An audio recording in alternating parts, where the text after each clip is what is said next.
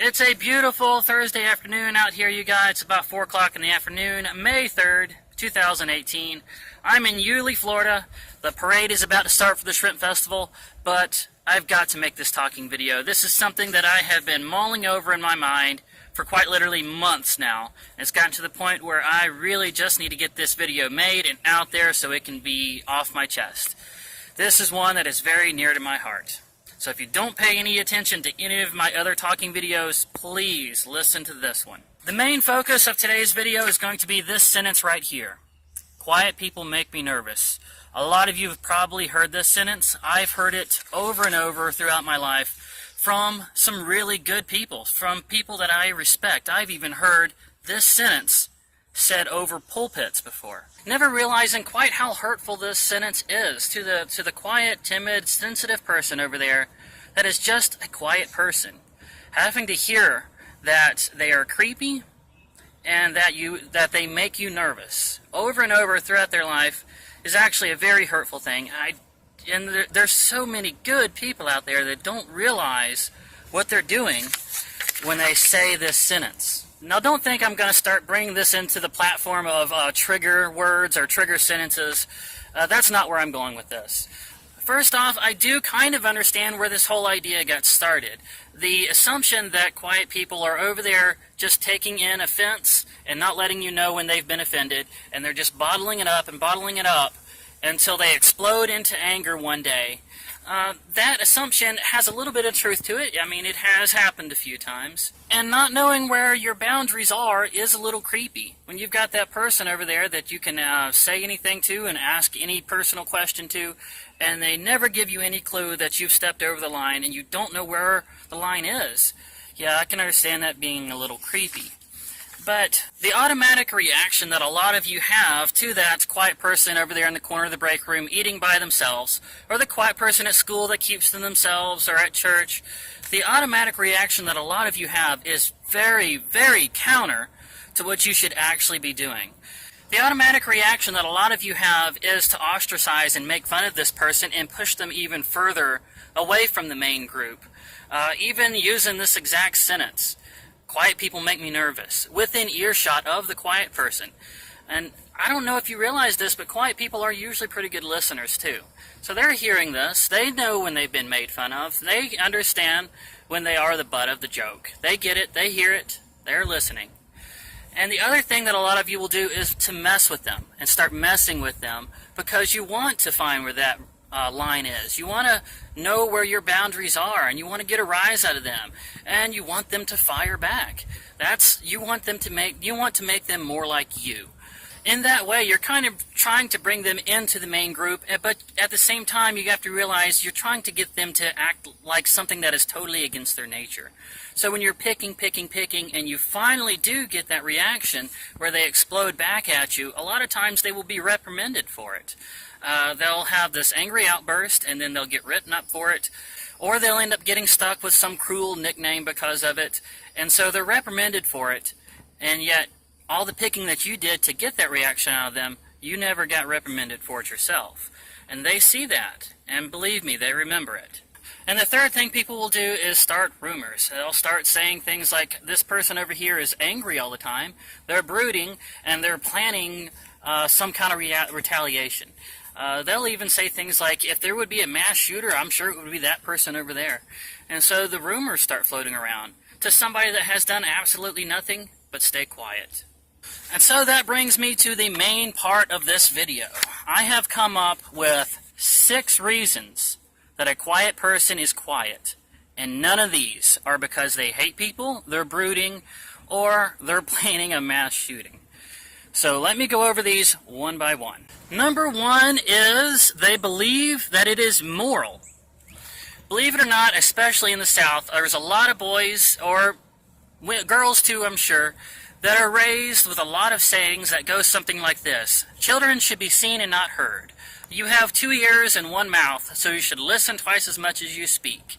It's better to be quiet and have people think that you don't know what you're doing than to open your mouth and remove all doubt. Which, actually, that one came from a Bible scripture. Actually, the Bible, even the Bible, touts the morality of living a quiet life and listening. And then there's still waters run deep, and women like a good listener, and the strong silent type. All of these things put together, some people are actually raised to believe being a quiet person is a moral thing, and some people actually took it seriously. Number 2 is they have nothing to add. Now this one comes from when I was working construction. You can imagine a somewhat hipster, sensitive, geeky type like me trying to go to work amongst a bunch of crusty, salty construction workers. Their main topics while at the break table were football, motorcycles, guns, prison, beer, sex, and sex again. Okay, so out of all 7 of those, I did not care about any of them except sex, which was something I did not believe should be discussed openly at work. So I had nothing to add to any one of these conversations. This was the only stuff that they talked about, day in and day out, lunch break after break after lunch break after break. Just those same 7 subjects all the time, and I didn't care about any of them. The 6 years that I worked construction, I could not tell you, at this point, I could not tell you the CC of the common Harley-Davidson motorcycle. The number does not come to mind. I must have heard it hundreds of times, but it does not come to mind because I don't care about it. And I'm not one that is going to fake like I care about any of this stuff. I had nothing to add. If I would have pretended like I cared about any of this stuff and tried to join into the conversation, I would have just looked stupid, and so I just stayed quiet. Now, that was a bit of a problem too, because when you stay quiet and or go have your lunch somewhere else, especially in construction working, then that's when you start getting rumors start floating around about you. So you were darned if you did and darned if you didn't. But just remember that sometimes whatever environment that you're in, that quiet person may be quiet because nobody ever talks about anything that they actually care about. So in a situation like this, instead of, starting rumors about this quiet person or making fun of them, why not ask them what kind of stuff they're into and try to actually start a conversation based on that. Number 3 is this person is an introvert. Now, believe it or not, a lot of studies have shown that introverts make up about 30% of the population, or maybe just a little less. And this type of person has had to fake like they're an extrovert because the world kind of caters to the type A extrovert person. But an introvert is not energized by a lot of conversation and human interaction. As a matter of fact, it does quite the opposite. It drains them. They get to where they just want some nice quiet time. They just want some alone time. And a lot of times when they're in the break room and they've got some time to themselves and they want to go eat by themselves, it's not because they're brooding. It's not because they hate you. It's not because somebody said something to offend them. It just means they're an introvert and they've got this time off the clock and they just want some alone time to rejuvenate. And if you want to get to know this person better, the best way to do it is to talk to them in passing in short sentences and find out. Say, are you an introvert? And once you understand them, once you understand that they're over there having their alone time, then you'll feel better about them always being quiet. So just get to know people a little bit. Number 4 is they're focused on the reason why they're there. And by that I mean, believe it or not, there are some students that come to school to learn. There are some people that go to work to work. There are some people that go to church to get closer to God. That is the reason why they went. That is what they're focused on while they are there. They are not there for social time. They are not there to make friends. They are there to work, to learn, or to get closer to God. They're not being paid to be social. They're not being paid to be your friend. And the idea that they're supposed to take time out of the time that they're on the clock, that somebody is paying them to do their job, to take that time away from their employer to make friends with you, seems kind of lazy and a little bit against their work ethic a lot of times. And in school, those people that are focused on their future and they're focused on getting good grades, believe it or not, they don't care about you. They care about getting that scholarship and having a nice future. They're not there for you. They're there to learn. So don't take offense to this. There's some people that are just focused on where they are and the reason why they're there. So if you really want to be friends with a person that has this kind of focus, the best way to do it is to get them into a space where the purpose of that space is to make friends. Go out to eat with them. Go watch a movie with them. Go bowl some lanes with them. Go play some video games with them. Go walk some park trails with them.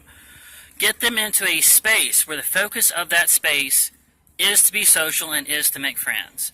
Now, if this person is also an introvert, then if you get them out doing these things in a group of like 50 people, it's not going to work. A lot of times, this type of person that stays this focused is a lot of times at least a little bit of an introvert as well, and so you're going to need to get them in a group of 3 or 4 people at the most.